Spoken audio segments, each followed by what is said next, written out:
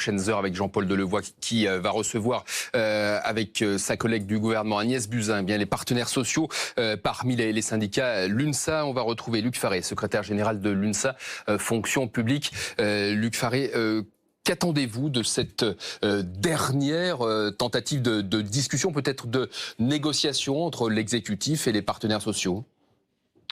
Nous attendons à l'UNSA que le gouvernement annonce enfin des choses précises qui permettent à tous, à chacun, de voir que cette réforme ne sera une réforme sans perdant.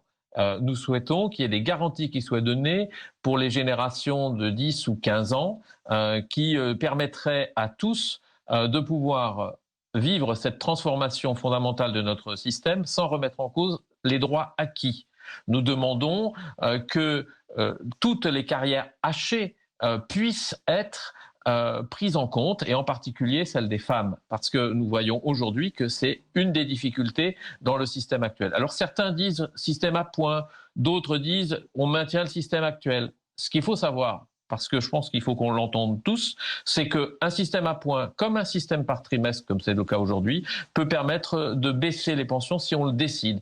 Donc nous, à l'UNSA, on est contre la baisse des pensions, on est pour qu'il n'y ait pas de perdant de cette réforme, et pour qu'il n'y ait pas de perdant de cette réforme, il faut que le ministre, les ministres, le gouvernement annoncent une réforme juste, à la fois pour les régimes spéciaux. Il n'y a pas de raison qu'aujourd'hui on ne tienne pas compte des conditions de travail des régimes spéciaux. Il faut que dans la fonction publique, en particulier pour les enseignants que vous avez cités dans vos reportages, mais aussi pour les agents de l'hôpital ou les agents de la territoriale, il y ait une garantie de maintien de pension telle qu'elle existe aujourd'hui. Je rappelle que pour la quasi-totalité des agents publics, les pensions sont assez basses.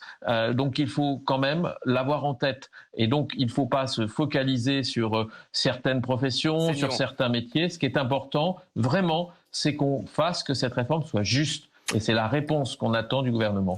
Luc Faré, vous faisiez allusion aux enseignants qui ont le sentiment d'être les grands perdants de cette réforme dont les contours seront, et puis les détails seront connus mercredi.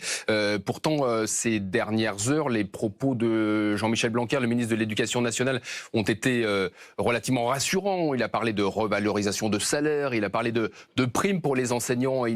Vous ne croyez pas le ministre de l'Éducation nationale quand il dit ça ? Moi, ce n'est pas une question de croire ou de ne pas croire. Je suis un peu comme saint Thomas, même pour un syndicaliste laïque comme je suis. Ce qui est important aujourd'hui, c'est que le gouvernement annonce concrètement ce qu'il veut faire.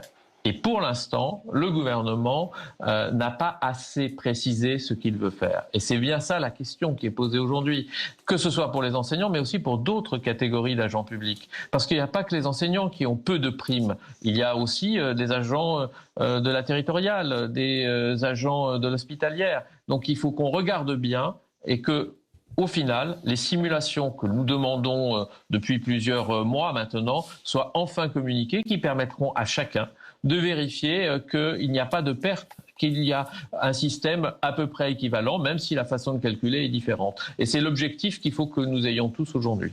Luc Faré, nouvelle journée de mobilisation demain mardi. Qu'attendez-vous de cette mobilisation? Est-ce que vous savez d'ores et déjà combien de fonctionnaires seront en grève?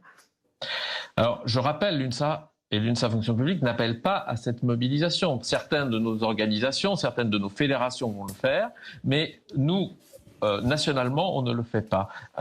Donc moi, j'attends surtout du gouvernement, parce que je crois que c'est là où il faut qu'on rappelle que si on est dans cette situation, c'est parce que le gouvernement n'a pas aujourd'hui donné les réponses que nous attendons depuis maintenant 1 an et demi. Et c'est de sa responsabilité. Ce n'est pas que de la responsabilité des organisations syndicales. Une organisation syndicale comme l'UNSA fait des propositions, il faut que le gouvernement les entende, et c'est à lui de donner du temps ensuite pour qu'on puisse construire une réforme qui soit la plus juste possible.